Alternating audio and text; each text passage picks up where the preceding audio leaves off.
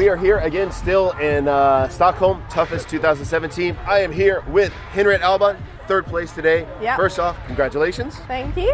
And let's get into the questions. You hit a time of 57.16. It was a very, very tight finish there. But before we get to the finish, let's talk about the course and you.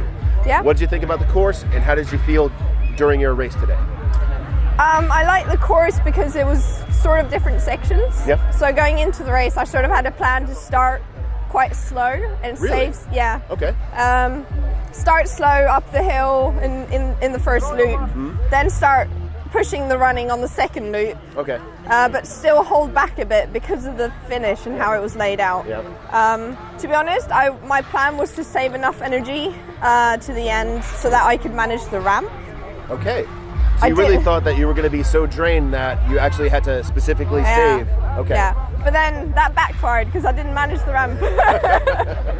So. Well, there were a few new things on the course today. One being the long ramp slide. Yeah. Also putting an obstacle right before the end of the ramp.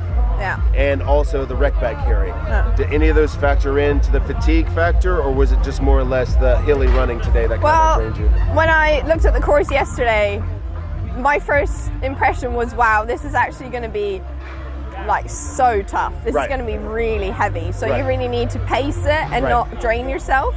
And I decided to walk all the main hills, like with the sandbagging stuff. I figured there's no point running this and draining yourself completely because there's so many sections that can tire you out that you can be completely dead by the end if you don't pace it properly.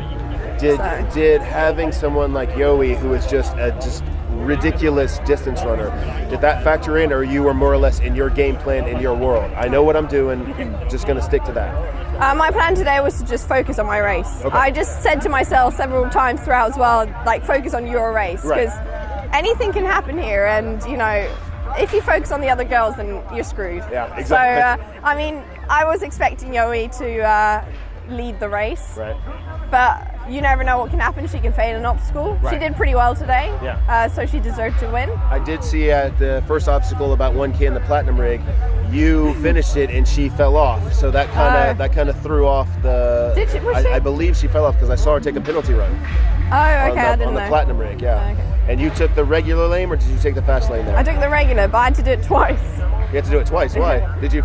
I screwed up on the first ring. I thought I could swing through, and I was like, no. Got to go back. Yeah. So, yeah. All right. So at the ramp today, you missed the ramp. What was that attributed to? Fatigue, or was that maybe the water, or was it a combination of the two? To be honest, my legs felt fine. I was a bit surprised I didn't manage it because I really felt I had enough energy. Yeah. It might have been the fact that it was slightly uphill. You know, I don't get to train on ramps that often. Okay. So I'm not that comfortable with them. Okay. But I was a bit surprised I didn't manage, to be honest. Yeah. So I tried twice, but yeah. Nevertheless, you still took home a podium finish, and now you have an excuse to visit the toughest lab in Malmo to work on that ramp there. Yeah, I do. Congratulations again. See you at the podium today. Ladies and gentlemen, Henriette Albon.